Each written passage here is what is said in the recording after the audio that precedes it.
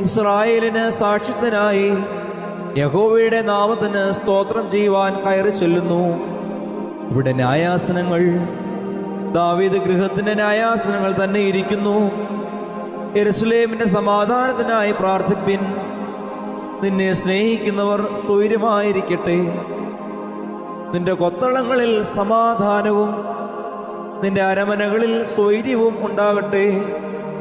എന്റെ സഹോദരന്മാരും കൂട്ടാളികളും നിമിത്തം നിന്നിൽ സമാധാനം ഉണ്ടാകട്ടെ എന്ന് ഞാൻ പറയും. നമ്മുടെ ദൈവമായ യഹോവയുടെ ആലയ നിമിത്തം ഞാൻ നിന്റെ നന്മ അന്വേഷിക്കും. യഹോവ വീട് പണിയാതിരുന്നാൽ പണിയുന്നവർ വൃഥ അധ്വാനിക്കുന്നു. യഹോവ പട്ടണം കാക്കാതിരുന്നാൽ കാവൽക്കാരൻ വൃഥ ജാഗരിക്കുന്നു.